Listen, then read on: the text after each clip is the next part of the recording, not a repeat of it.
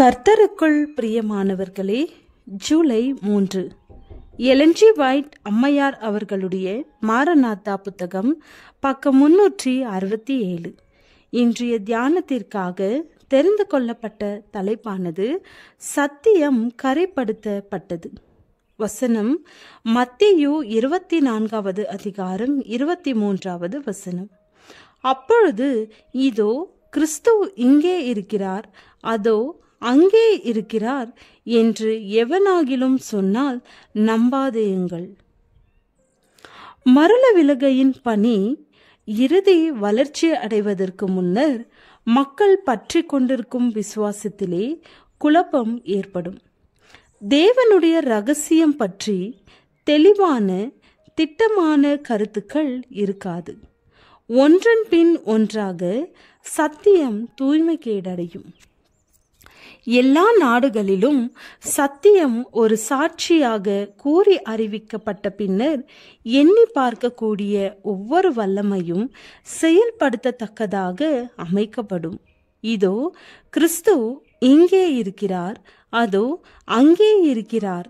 இதுவே சத்தியம் தேவனிடத்தில் இருந்து வந்த செய்தி என்னிடத்தில் இருக்கிறது.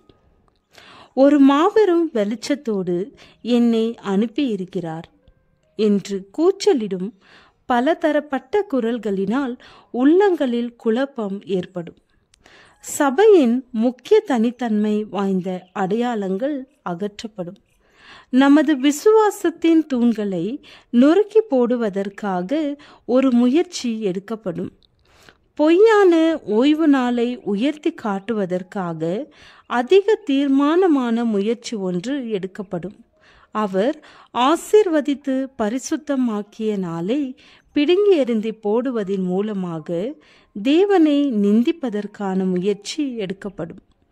ஒடுக்குகின்ற ஒரு சட்டத்தின் மூலம் பொய்யான ஓய்வு நாள் நடைமுறைப்படுத்தப்படும். எதிர்காலத்தில் ஒவ்வொரு வகையான வஞ்சகமும் எழும்பும். நமது பாதங்களுக்கு கீழே இருக்கும் அடித்தளம் உறுதியாக இருக்க வேண்டும். கட்டிடத்திற்கு உறுதியான தூண்கள் நமக்கு தேவை. தேவன் நிலைநாட்டி வைத்திருக்கும் காரியங்களினின்று ஒரு ஊசி கூட அகற்றப்படக்கூடாது. சத்ரு பொய்யான கருத்துக்களை கொண்டு வருவான். ஆசரிப்பு கூடாரம் இல்லை என்று கூறுவான். இந்த ஒரு கருத்தினால் சத்தியத்தினின்று வலிவு போகும் நேரம் ஏற்படும். பொய்யான சொப்பனங்களும் பொய்யான தரிசனங்களும் உண்டாகும். அவைகளில் கொஞ்சம் சத்தியம் இருக்கும், ஆனால் இவை தொடக்கத்திலுள்ள சத்தியத்தினின்று வழி விலகும்படி நடத்தும். இதை மனிதர் கண்டறியத்தக்கதாக வேதத்தையும் சாட்சி ஆகமத்தையும் கவனிக்க வேண்டும். இந்த வார்த்தையின்படியே சொல்லாவிட்டால் அவர்களுக்கு விடியற் காலத்து வெளிச்சமில்லை என்கிற ஒரு விதிமுறையை ஆண்டவர் வகுத்து கொடுத்திருக்கிறார். நாம் உலக முடிவை நெருங்கி கொண்டிருக்கும் பொழுது பொய் சத்தியத்தோடு அதிகமாக கலந்து காணப்படும். பரிசுத்த ஆவியானவரின் வழிகாட்டுதலில் இருப்பவர்கள் மாத்திரமே பிழையினின்று சத்தியத்தை வேறுபடுத்தி கண்டறிய முடியும். தேவனுடைய வழியை பின்பற்றுவதற்காக அனைத்து முயற்சிகளையும் நாம் எடுக்க வேண்டியது அவசியம். மனிதரில் உறுதியான நம்பிக்கை வைக்கத்தக்கதாக எந்த வகையிலும் நாம் தேவ ஆலோசனையை விட்டு விலகக்கூடாது.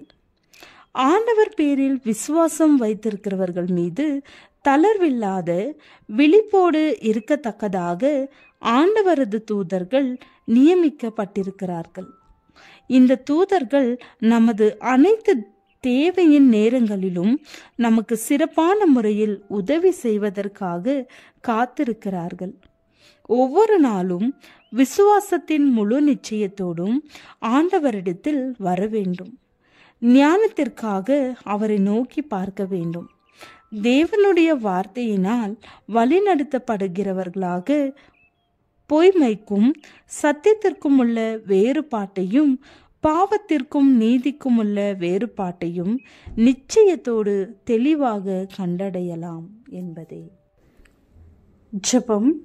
பரமபிதாவே, எங்களுக்கு வேண்டியவைகளை எல்லாம் அறிந்திருக்கிறீர். ஏற்ற வேளையில் தருவீர் என விசுவாசிக்கிறோம். ஆமேன்.